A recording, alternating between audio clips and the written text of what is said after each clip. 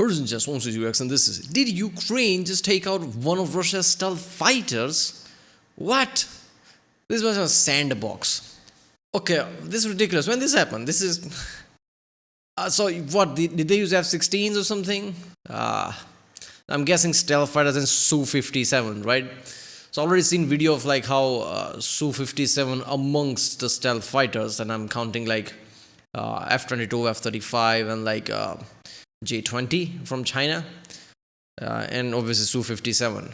There are others rising up as well, right? Turkey and other countries are making as well, but like they are not into production right now. So these three are like stealth fighters on the planet, and like Chinese one is somehow better in like radar cross section than Su-57, which is like, okay, Chinese have been using Russian equipment for decades, and how are they making better things than Russia, right? So that was a surprising thing to me. But I don't know, I always assume like same thing as T-14, like there are not many Su-57 out there, or like nobody knows that, and that's why maybe there's misconception. Because in my head, like if you're making things for decades and decades, surely you would know how to make things better, right? At least compared to someone like China, who's like recent, power, right? They've been making their own thing very recently. For years, they've been using Soviet and Russian things. So how did Ukraine took out a Su-57? All the point of stealth plane is that when you're in like, let's say, any kind of situation, not dogfighting, but any situation, targeting you is like harder. Even if you targeted your radar and things might get malfunction because like cross section is just small enough that it's really hard to like aim it, target it with a missile and shit like that. People think like, radar. First of all, first they're like, okay, stealth, so this is going to be invisible. No, it's not. It's going to be invisible on radar. They just thought it's going to be completely invisible on radar. No, that's not the case. People are going to know where it is eventually. And then they're like, okay, so what's the point of stealth? Like, people are going to know you. And then people have this misconception like, okay, you only have small window, after that you're just noticeable. That is also a misconception, because radar cross section, if it's smaller, even if you know where the plane is, like your targeting system might malfunction, not accurately targeted, because it has to target very small thing, right? So even like active combat, it's really hard to like target this thing. That's how it should be, right? That's how they explain Su-57 in like that Top Gun movie, right? I'm pretty sure that was Su-57, like it's implied type of way. Or was it? Did they say it's Su-57? I don't know. But that's the whole point of it. So how did Ukraine, who doesn't have stealth fighter, maybe using F-16 or like one of the MiGs or something, took out Su-57? That's insane, right? I'm guessing there's going to be some like, crossing of the orders. Somebody made a mistake. But that shit is just embarrassing if that's the case. If somebody fucked up and like now it's a news like your stealth fighter got taken out by a non-stealth fighter, that's insane. So that's always fun. So it looks as though Russia may have just secured the dubious honor of being the first nation in history to lose a fifth-generation fighter in combat. What? And they managed to do it without the jet even being airborne. According to reports out of the Ukrainian Ministry of Defense, seemingly substantiated by Russian bloggers on Telegram, a Russian Su-57 at the Aktubinsk airfield in southern Russia, some 589 kilometers or around 367 miles into Russian territory, was struck by a kamikaze drone on... See, I just said it. Somebody probably made a mistake, but I was still assuming in the air. But this is worse. The plane was on the ground.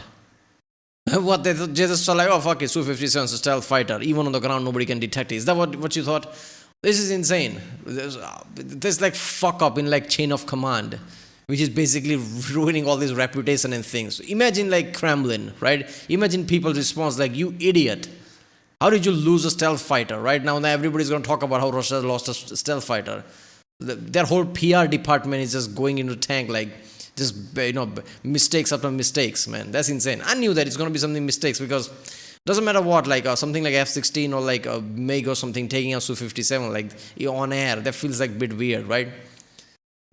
So now Russia will officially go down in like history as like first country to lose a fifth generation. People are not going to see the details of it. How did he lost it? People are not going to see that. People are just going to see the title, and that's it. June 7th. And we can see, based on these satellite images released from June 7th and from June 8th, that the intact aircraft on the 7th shows clear signs of damage and fires breaking out around it on the 8th. Now, according to reports from Russian Telegram channels, the Russian MOD is currently assessing whether or not this aircraft can be salvaged. And if it can, it seems very likely to me that we'll see one of Russia's 11 hand-built prototype Su-57s used as a donor aircraft to try to get this platform back into operational service, because the Su-57 is an endangered species with maybe... Exactly, it's an endangered. You don't have that many Su-57. Why not, put it in a hangar or something where somebody can't see it? Why keep it in open, right? I'm pretty sure whoever was in charge of that area or that plane or that airfield probably got fired after that fired, right? Because how could you fuck that up? There is not even that many Su-57. Like, why can't you put it in a hangar or something? Find a place to hide it or something.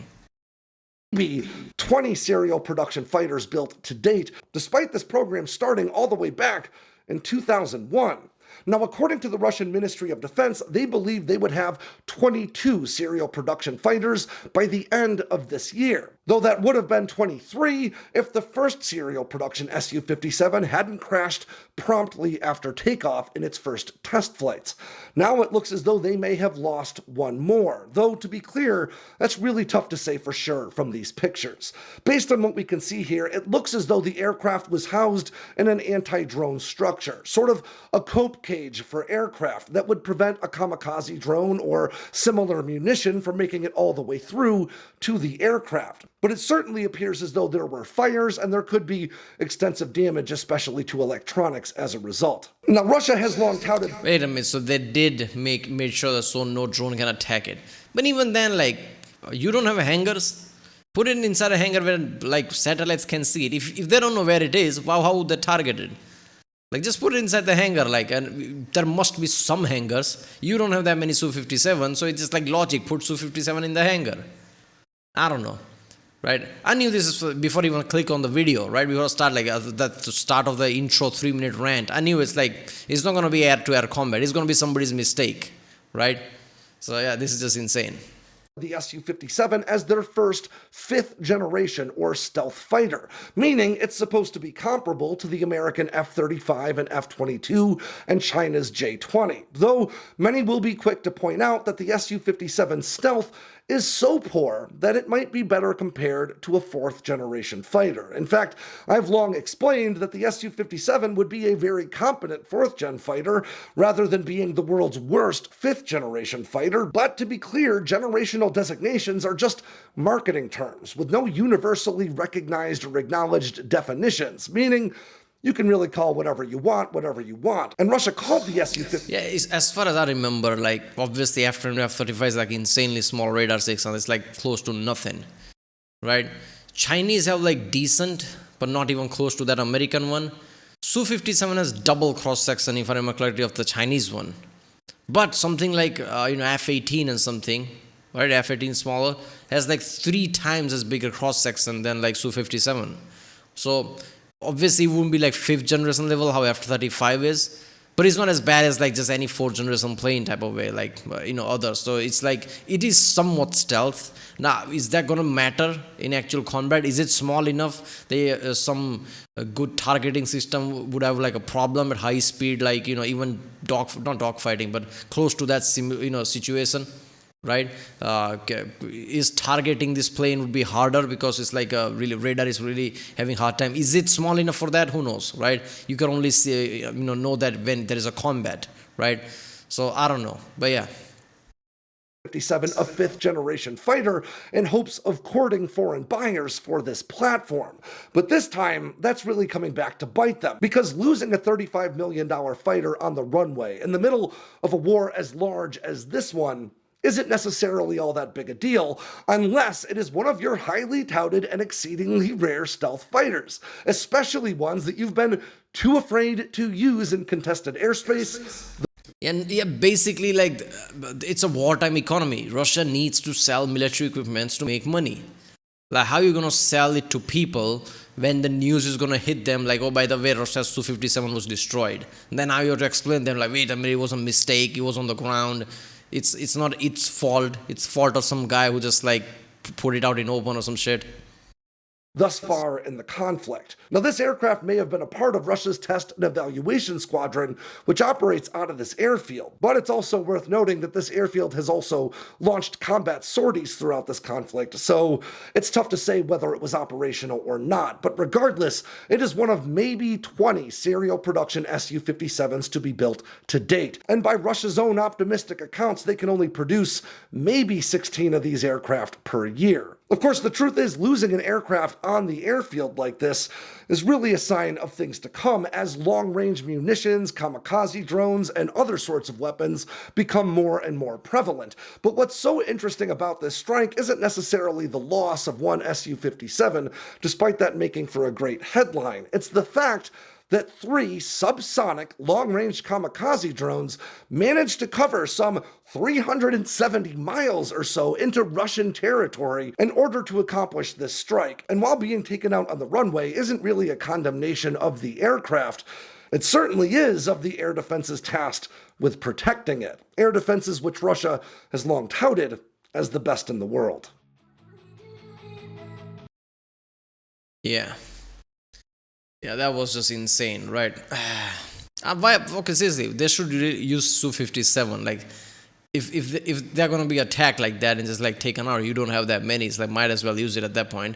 And won't Su-57 like help with like some like Ukrainian like long distance missile systems, this and that, like they've been using so far to destroy bridges and shit. Like, okay, I guess you think like, what if Su-57 doesn't work and it got taken out? I think you have bigger things to worry about than just that, right? So at this point, even if you don't use it, the people you're trying to sell, they're going to be, wait a minute, why are you not using it in Ukraine? That is fishy. So it's going to reduce the reputation anyway. You might as well use it. Who knows if it works? You can just like look at that, how our plane is working type of way. I don't know. Because if they're just going to get taken out on the airfield because somebody made a mistake, it's better just use it type of way. I don't know. Right, well, that was, did Ukraine just take out one of Russia's stealth fighters by some Sandboxx? I guess we'll know more details about this when the war finishes and like more detail comes in the future. When the war is actually going on, like it's really hard to get real information out, right? People can just like guess based on images and things. Nobody's going to say anything, obviously. But yeah, one day I guess we'll know it for sure. All right, I'll see you next time.